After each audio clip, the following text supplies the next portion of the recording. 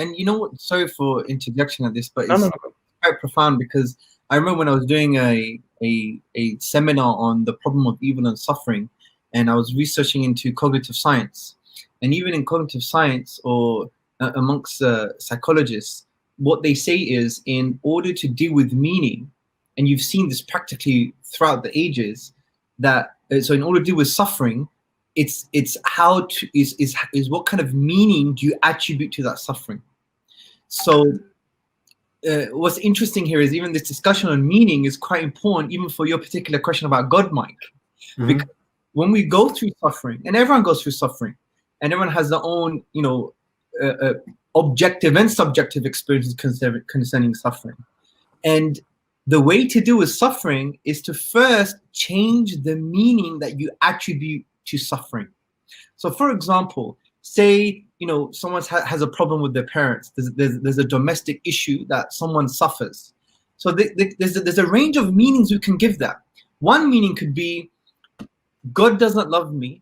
I'm in this situation and I'm trying to pray to God. I'm trying to express my dependency towards God, and He's not answering any of the questions. So that's one meaning we could attribute to that situation.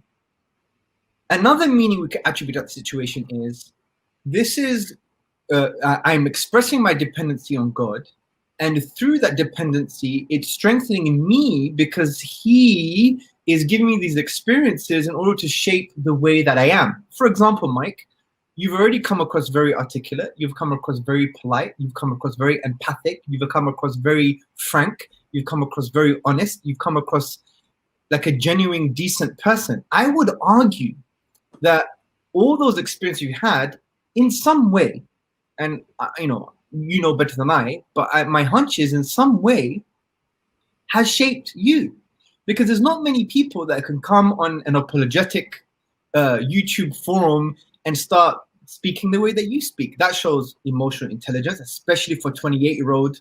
Yeah, it shows empathy, it shows honesty, frankness, authenticity, which is lacking. So the meaning I'm giving to your suffering, which please allow me to do so. I don't mean to do it in a way that's arrogant, but maybe you should explore. You should stand in the possibility and try and step out of your situation and look at you, right? So it's you looking at you, thinking, let me stand in the possibility to find out what types of meaning, other than the meaning that I'm giving at the moment, because you have a particular meaning over your particular suffering, and it's led you to move away from God. Well, standing the possibility that I can give another type of meaning, because I think you're the kind of character that can do that. So here's my advice. If you explore the Quran, for example, there will be so many verses that allow you to attribute meaning to your suffering in a way that will make you fly. I promise you that. I guarantee you that for sure, okay? So all I'm saying is, few points. Number one, we can transcend suffering in a particular way, and this is even in line with cognitive science, secular cognitive science. This is not like a crazy religious bigoted guy talking. Yeah? So it's cognitive science. So what is the meaning I'm giving to my suffering at the moment? Step out of yourself and think, I'm going to stand in the possibility to give an alternative meaning to the suffering. And there could be a range of meanings that you can give, and they may help you. Also, I would say that if you explore the Quranic discourse, you would find statements, assertions, spiritual values in there that would help you transcend your suffering. And let me give you a few just for you to encourage you to explore further. Number one, life is a test. And God tests those who He loves, because the Prophet Muhammad, upon him be peace, said, when God loves someone, He tests them. God says He doesn't burden a soul beyond that it can bear.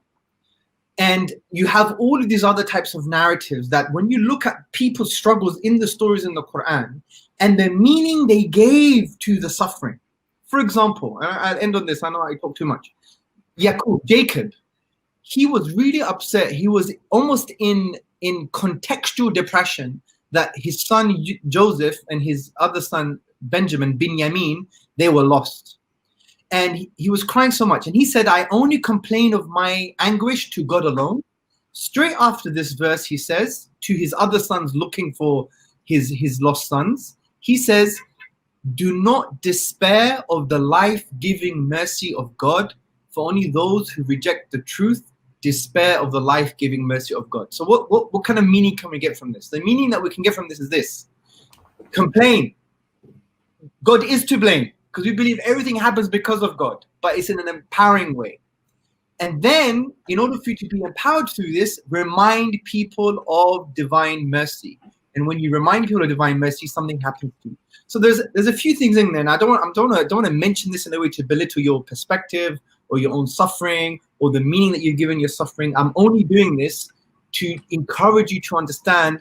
Let me stand in the possibility that there could be another meaning I'm giving this suffering, and one of those meanings could be something that's so empowering to the point where I can explore a revelation, and that may be able to allow me to have the wings to transcend my suffering. And that's the only advice I can give you. I'm not a psychotherapist, but I do believe that the way to transcend suffering is through the type of meaning we give to suffering, and standing that possibility and explore that. And I think that'll be part of your journey.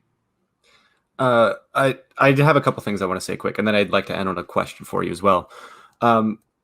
What you've said just over the last couple minutes is incredibly helpful, not only to just myself, but also I feel that it'll be helpful to a lot of other people as well.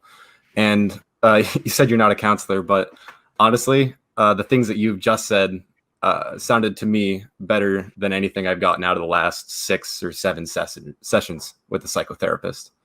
So don't sell yourself short. You're doing a great job. I actually really enjoy your charisma.